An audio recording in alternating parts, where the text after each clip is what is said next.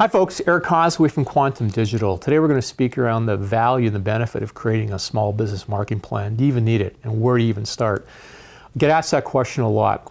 And what I like to say is one of the benefits of doing a small business marketing plan are it gets you to focus on your customers. Forget your products and services spec, but you need to really get your hand around who your ideal target customer is and who your target buyers are, and really make that the point of the exercise.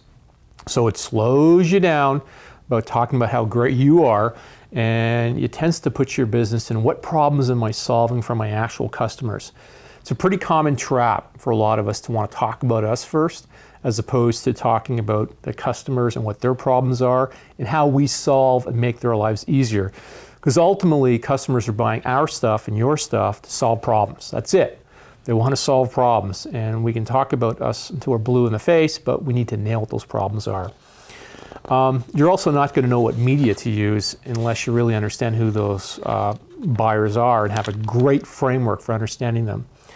One example of this for us is our core markets, real estate agents. We like to think we have great products to help them advertise and communicate.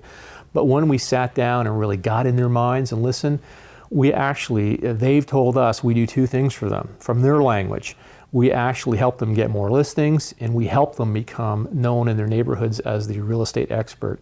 And that's really important because we help them actually turn then a couple $100s of marketing into a couple $1,000s of commission, which is really important for them. Notice the subtle differences between the two? That's the first place you want to start with a marketing plan.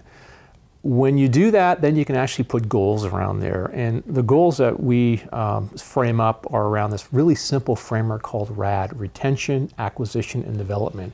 And what RAD does, it allows you to think of your revenue. How much am I going to get from retaining my customers year over year? What portion of that? How much am I going to acquire from new customers? How much work that's going to take? And how much am I going to develop from my existing clients? So if you had a $2 million forecast for the year, you might have $1 million of retention from the existing client base. You want to acquire maybe $400,000 or $500,000 more from new clients out there, and developing from your existing base. How much more do you want to develop revenue from those existing clients? It might be another $400,000 or $500,000 there, and that gets you to your $2 million. A really simple way to structure your goals and objectives. And that, coupled with understanding your customers, are two great elements of your small business marketing plan.